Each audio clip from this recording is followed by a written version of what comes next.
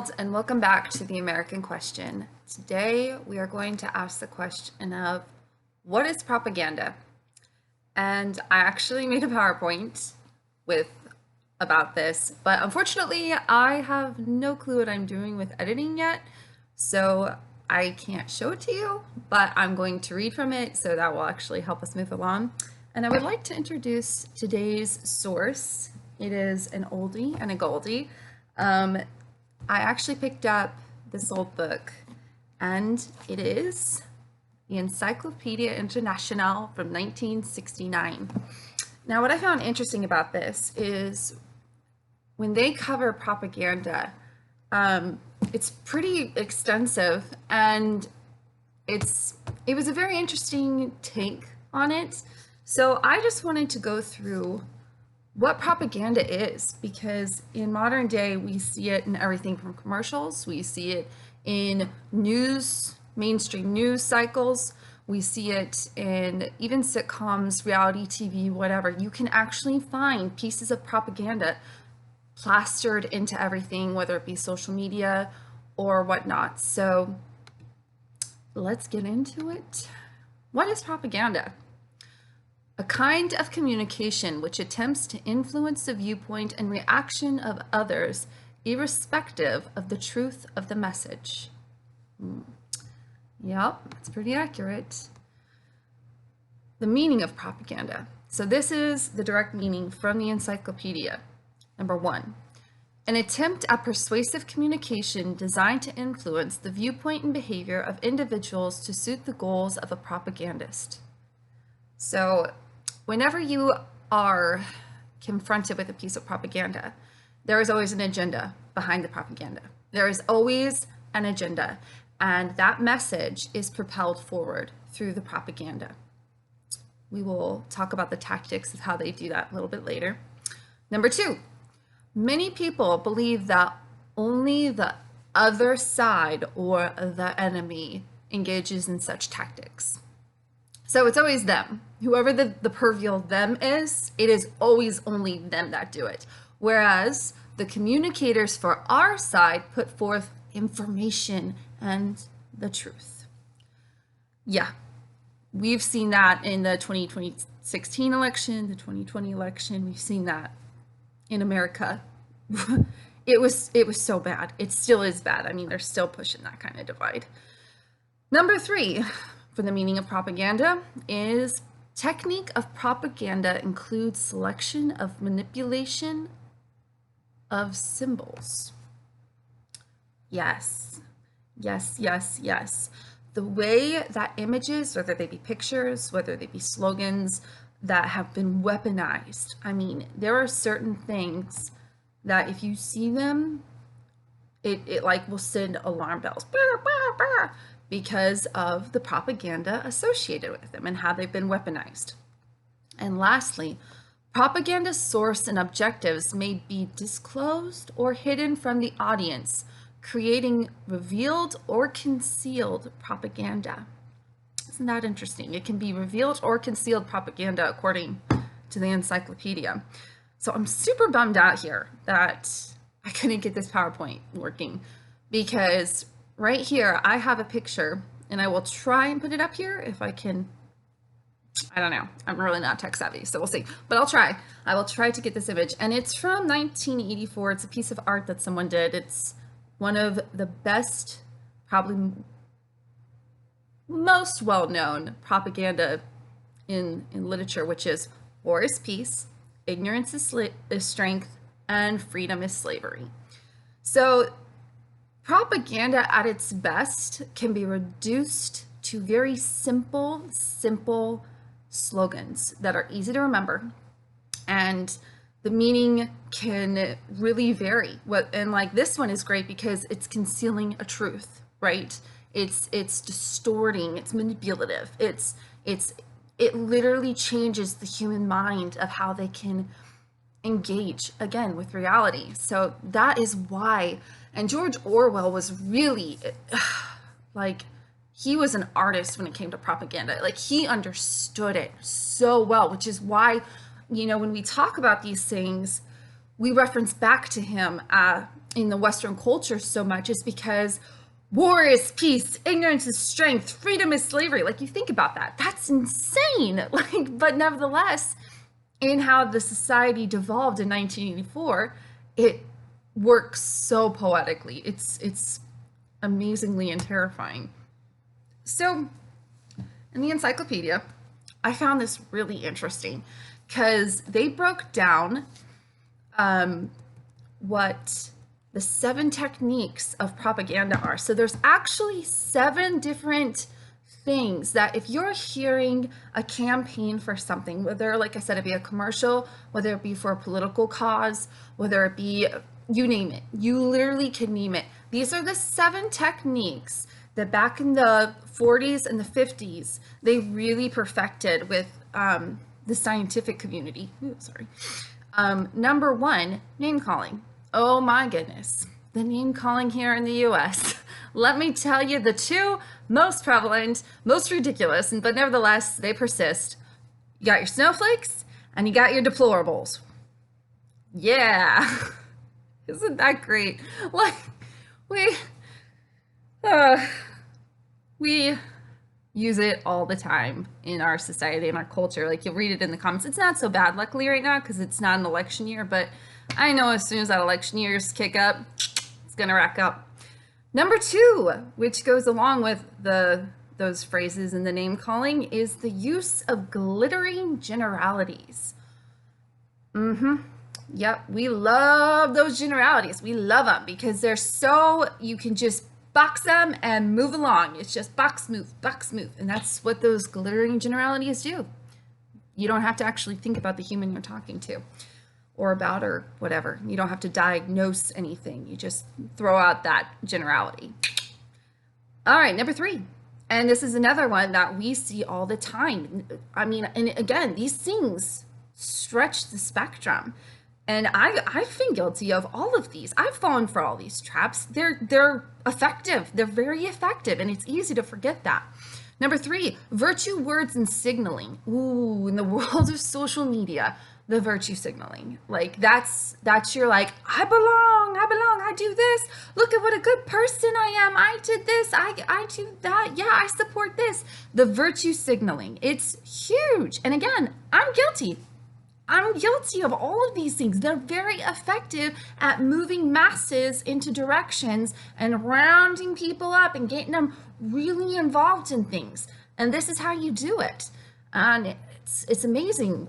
As I was reading through these, just going, yeah, I've fallen for that one.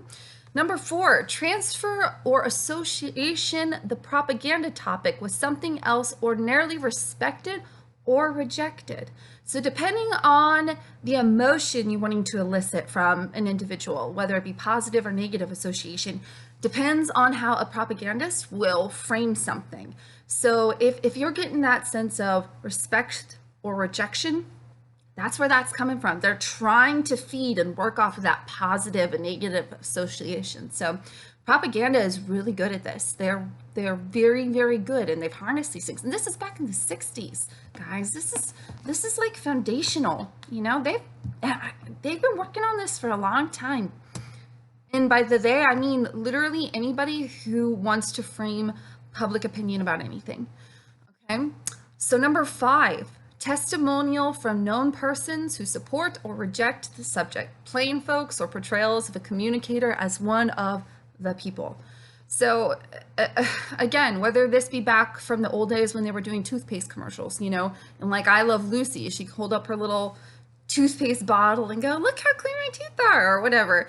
And that was because they knew it sold, because it was a trusted or well-liked person supporting something, and therefore the product. And commercials do this all the time. I mean, you know, the name Pepsi, Coke, you know, they'll pick their people, and even here on YouTube, you got people who like advertising stuff.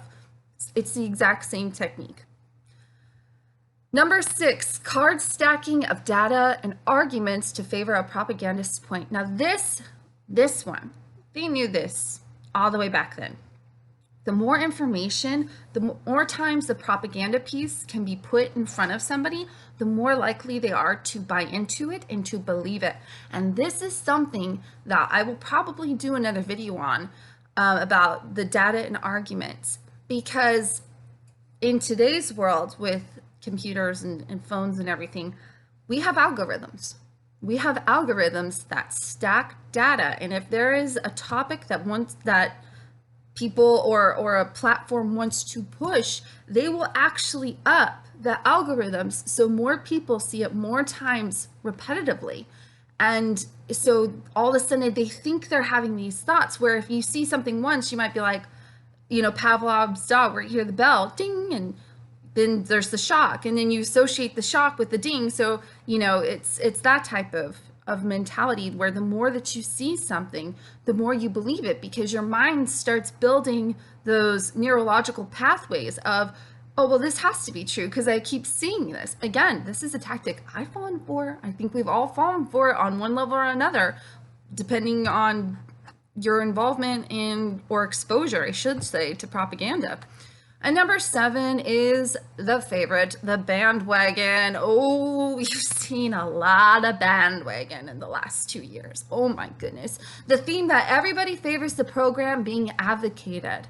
So everybody else is doing it. Why aren't you doing it? And this is dangerous. This is the lemming mentality, where you convince people in order to be a part of a group or a part of a society, you have to do said thing because everyone else is doing it.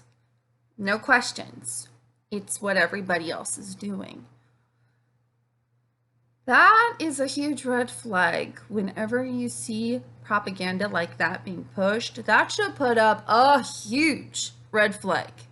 And unfortunately, as I've witnessed, and probably you have too, that's not how people operate. They don't realize that they're falling for a technique of propaganda. That is propaganda. So those are the 7 techniques. Now, I should click buttons. Now moving on. The other thing with propaganda is, who is the source? Okay, so if you're watching television and a Pepsi commercial comes on, Pepsi is the source of said propaganda, which is repackaged as a commercial. It is propaganda for their product. They want you to buy it. So they are going to use a celebrity that you like, with music that you like, with younger people who are attractive, having fun, that kind of thing. What was interesting is I found this picture that actually has 6 of the mega corporations that own the networks, that are the networks. But I think it might only be 5 now. So I don't know if there was a merger since this was created, but this was pretty interesting. So the 6 that they have here, for the overarching networks, they've got GE, who owns Comcast, NBC, Universal Pictures, and Focus Features. You have News Corp, who owns Fox News, Wall Street Journal, New York Post. You've got Disney, who is the owners of ABC, ESPN, Pixar, Miramax, and Marvel Studios. Star Wars too, because anyhow. Viacom, which owns MTV, Nick Jr., BT, CNT, Paramount Pictures. You got Time Warner, which is CNN, which I did not know. HBO, Time Warner. And then lastly, according to this, you have CBS, which owns Showtime, the Smithsonian Channel. Oh, they don't own NFL anymore. I think Disney owns. Oh, they might. I'm not sure. Well, according to them, they own NFL.com, so I don't know. But Jeopardy and 60 Minutes. So these are, at least when this picture was made, were the major networks. Like I said, I think it might be down to 5 now. And I thought that was really interesting. So whenever you're watching any of these shows, you can actually see what a network represents based off of the information and the propaganda techniques that you can see in the shows, the commercials, everything that they're pushing, whether or supporting or allowing is another way to put it. They allow these things onto their platforms. So you can really see what their central network agenda is via the pieces of propaganda, which is repetitive, So repetitive messaging, if you're seeing a messaging over and over and over and over, different packages, there you go. You're being exposed to propaganda. So another interesting thing, we're going to go back to the book. Always got to go back to the book, was the Analysis Division of Foreign Broadcast Intelligence Services. What? Who is that? What is that? Like, when I found that in there, I was just like, what are they talking about? That, in modern day terminology, is what is known as the FCC. So that was originally the name for the FCC. Back in the 20th century, the Analysis Division of Foreign Broadcast Intelligence Services, or known now as the FCC, used social psychologists and sociologists in order to determine and measure effects of communication upon individuals' views and behavior, which we already knew that too. The findings of the propaganda research were the best way to utilize practices of propaganda are, from their findings, were the effects of presenting one side instead of two in an argument. So if you just take option 2 away and you only introduce them with one viewpoint and you repeat it again and again and again, that becomes truth to the person who's consuming it. Number 2, the effects of fear-arousing messages. Fear sells. Fear, fear, fear. Be afraid. Ooh, the boogeyman. You always have to have a boogeyman because that sells, because it ups that emotional buy-in. So that was another finding from their research. Another one, the effects of credibility of the communicator on the effectiveness of the message. Again, this is something that they knew back in the day with news anchors, that, you know, you got your Walter Cronkite's in the world who were very well respected. So the older generation that grew up with the legacy media, you know, they were looking up to people like that. And so when they would give pieces of propaganda tied into news, whether that now is history and we've been able to see that, it was believed right away because it was the credibility of a communicator. So it became very, very effective, very powerful. Not so much today, but that's another story. Anyhow, the findings of propaganda research also came across the social factors affecting exposure to mass media of the propaganda. So the more you expose someone to propaganda, the more likely they're going to believe it, because you keep hearing it every day, multiple times a day, whether it be in a commercial, whether it be on a social media feed, whether it be from your friends posting things, or it literally becomes this immersion type situation.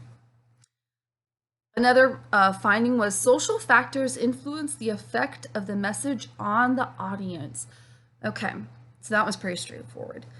And the relative impact of mass communication as forces for changing attitudes and behaviors. So this is when they really started understanding that mass media, mass communication was incredibly powerful. Like, they saw this during World War II, but after World War II, this was when the research was really done and they actually had concrete findings and data of the research, of the effectiveness of it.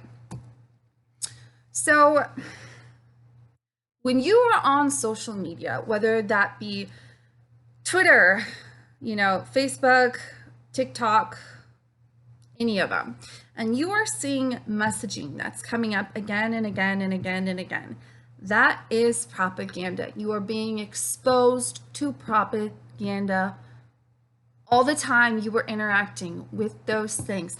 So when you're doing that, how do you best counter it when you're interacting with propaganda?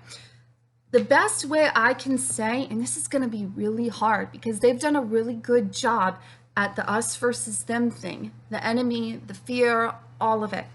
When you are only seeing one side of an argument over and over and over again, you need to stop and say, but what does the other side say? And this is going to be the challenge. Don't look at the hate that's being pushed as the other side. Whichever side of the spectrum you're on, don't look at the other side and go, oh, well, they're just cussing us out and they're just doing that. No. Legitimately look at the things that the other side is trying to present. Look at it and think about it. So I'm going to wrap this up. And I was in my prayer time before I did this video. And after I was done praying, God laid this verse in front of me multiple times between last night in today. And so to me, that was a clear sign I needed to read this here. So this is from Zechariah 10:2-3. And this particular chapter is called A Flock with No Shepherd. For the idols have spoken vanity, and the diviners have seen a lie, and have told false dreams. They comfort in vain, therefore they went their way as the flock. They were troubled because there was no shepherd. My anger was kindled against the shepherd, and I punished the goats. For the Lord of hosts hath visited his flock in the house of Judah, and hath made them as goodly horse in the battle. So what does that have to do with propaganda? Right now in America, our leaders are struggling, and people are really going to have to start looking without looking to the leaders. We have to be asking questions of ourselves and of propaganda that we have been exposed to. I think that this is what this verse means. So when you're scrolling through whatever media you're going to be scrolling through, pay attention to the critical issues that are going on today, and pay attention to the opinions and the sound bites that you're reading. And if you dare, I dare you to go check out the other side, whichever side that is, and look for actual data and see what they say. Good luck and God bless. That's all for now.